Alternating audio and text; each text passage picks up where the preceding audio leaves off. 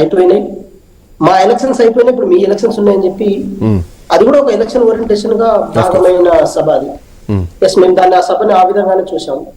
ఒక మాట స్పష్టం చేసే ప్రయత్నం చేస్తున్నాం శ్రీకాంత్ గారు. శ్రీకాంత్ గారు మీరు చూడండి, మేము ప్రతిపక్ష పార్టీ నాయకుడికి సవాల్ ఇస్తున్నాం.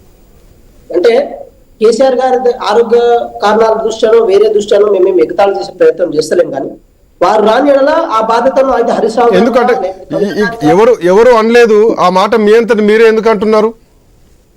ఏ విషయంలో? కేసీఆర్ ఆరోగ్యం గురించి మేము ఎగతాళి చేసేటువంటి ప్రయత్నం చేయట్లేదు. సో ఆ స్టేట్మెంట్స్ ఎక్కడి నుంచి వస్తున్నాయి? అఫ్ కోర్స్ ఆయన కూడా నిన్న ఒక వీడియో రిలీజ్ చేయడం జరిగింది. హాస్పిటల్లో ఉండి కూడా తెలంగాణ కోసమే మాట్లాడుతున్నారు, తెలంగాణ రైతుల పరిస్థితి ఏందో తెలుసుకునేటువంటి ప్రయత్నం చేస్తున్నారంటూ కూడా ఒక నోటీస్, ప్రెస్ నోట్ ఇవ్వడం జరిగింది. అక్కడ రేవంత్ రెడ్డి గురించి, కాంగ్రెస్ పార్టీ గురించి కూడా చర్చ జరగలేదు.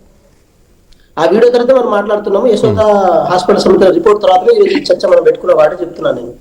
మేమేమంటున్నాం అంటే, కవిత గారు కేసీఆర్ గారి నాయకత్వం తప్ప ఇంకా ఎవరి నాయకత్వాన్ని వారు అడాప్ట్ చేసుకుంటూ లేకపోతున్నారు. హరీష్ రావు గారు కేటీఆర్ గారి మధ్యలో ఎవరు ఆ నాయకత్వం తీసుకుంటారని చెప్పి వాళ్ళు తెలుసుకోవాల్సిన అవసరం ఉంటుంది.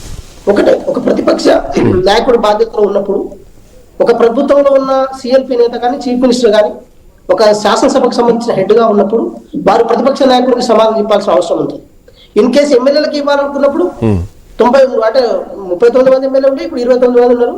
ఆ 29 మంది ఎవరికైనా కేటీఆర్ గారికి ఇవ్వాల్సిన అవసరం లేదు కదా. సార్ నిన్న కేటీఆర్ గారి పేరు పలకరించారు, ఎందుకు? తర్వాత వర్కింగ్ ప్రెసిడెంట్ గా పార్టీకి హెడ్ గా వారే ఉన్నారు కాబట్టి వారిని పేరు ప్రస్తావించారు. శ్రీకాంత్ గారు నా మాట మీరు అర్థం చేసుకునే ప్రయత్నం చేయండి. ఎందుకు మేము చర్చకు సవాల్ ఇస్తున్నాం అంటే, బనకచర్ల ఇష్యూ మీద చర్చకు సవాల్ ఇస్తున్నాం, సంక్షేమ పథకాల మీద చర్చకు సవాల్ విసిరినాం. ఇవన్నీ రేపు స్థానిక సంస్థల ఎలక్షన్స్ లో ప్రభావితం అయితే అవ్వవలసి సెకండరీ. బట్ ఒకటి మాత్రం స్పష్టం చేస్తున్నాం, తెలంగాణ రాష్ట్ర చరిత్రలో తెలంగాణ పుట్టిన తర్వాత 7,000 కోట్లు లేకపోతే 7,500 కోట్లు మాత్రమే రైతు బంధు పేరున గత బీఆర్ఎస్ పార్టీ ఇస్తే 9,000 కోట్ల రూపాయలను ఈ ప్రభుత్వం రైతు భరోసా పేరున ఇచ్చింది. అంటే ఎవరు ఎక్కువ చేసినట్టు శ్రీకాంత్ గారు?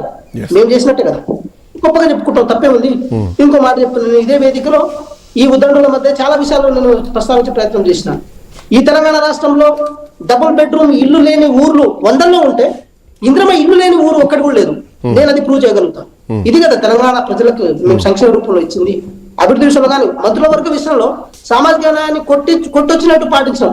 ఎస్, ఇదే అంశాలని బీసీ కులగల సంబంధించిన విషయాల్లో శేషు సార్ చాలా సందర్భాల్లో చెప్పుండే, కానీ మేము పాటించడం. సరే 100% చేయకపోవచ్చు కాక, కానీ చేసే ప్రయత్నంలో సఫలీకృతమైనాం కదా.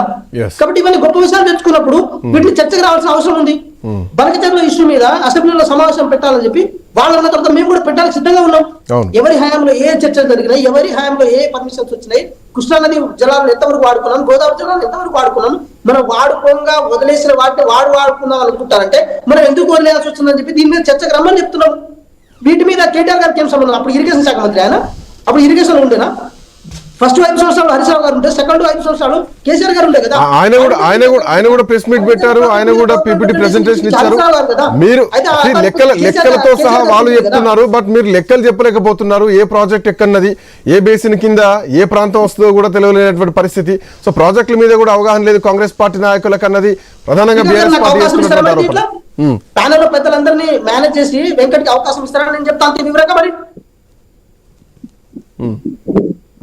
శ్రీకాంత్ గారు, నేను సామాన్య కార్యకర్తని శ్రీకాంత్ గారు, నాకు అవకాశం ఇస్తారా? మరి నాకు ఇవ్వలేరు కదా. ఇది అసెంబ్లీలో చర్చ జరిగినప్పుడే దాని వెయిట్ ఎక్కువ ఉంటుంది, తెలంగాణ ప్రజలకు ఒక సమాచారం వెళ్తుంది, అన్ని లైవ్ స్ట్రీమ్ మీడియాలో ఒకే చోటు ఉంటాయి, ఐ న్యూస్ కూడా అక్కడే ఉంటుంది, ఐ న్యూస్ కూడా వాస్తవాలు చెప్తుంది అని చెప్పి ఆ ఉద్దేశంతో చెప్పున్నారు కదా. దానికి హరీష్ రావు కేసీఆర్ గారు ఇప్పుడు దానికే అంటున్నారు, అసెంబ్లీలో చర్చకైనా సిద్ధమే, కొండారెడ్డిపల్లి అయినా చింతమడకైనా చర్చ సిద్ధం.